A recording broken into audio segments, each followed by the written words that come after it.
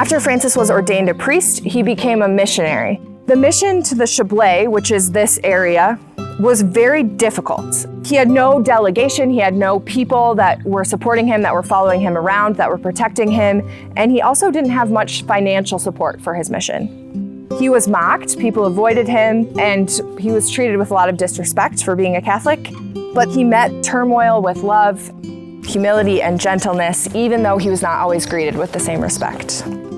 The Baron of Hermance, who governed this chateau, des Allinges, allowed Francis to come here and sleep and gave him some food. Here, Francis found strength and courage in the sacraments and in private prayer. So for his safety, Francis climbed up to this site to sleep each night. Here he prayed, celebrated the Eucharist, and wrote pamphlets that were then distributed to Catholics throughout the city. One of the little virtues that I think about a lot in this space is interiority.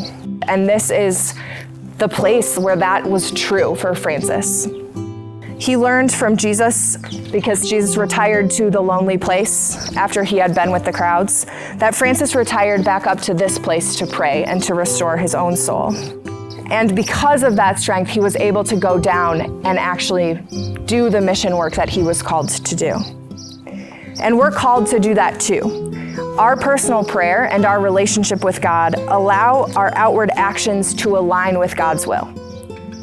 Francis was sent down to the city to minister, usually to those who actually opposed his presence, and then returned here to rest and pray. Here, Francis models a balance between active and contemplative life, a balance that is still beneficial to us today. We return home after our lives of work to rest and restore. So Francis slowly and persistently, and through prayer and daily mass, especially up here in this chapel, he continued to minister to the people of Chablais. His role as a reformer and missionary was critical to converting Protestants back to Catholicism, especially in this area.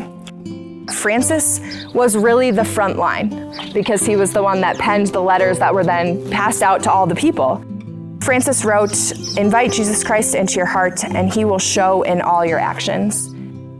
This is the place where Francis found Jesus' gentle and humble heart, which prepared him for his journey down into the town. So bringing the gentle and humble heart of Jesus with him, Calvinists met this heart of Jesus and converted to Catholicism. So Francis is credited with returning Geneva to Catholicism, allowing Catholic churches to reopen, priests to return, and sacraments to be celebrated once again.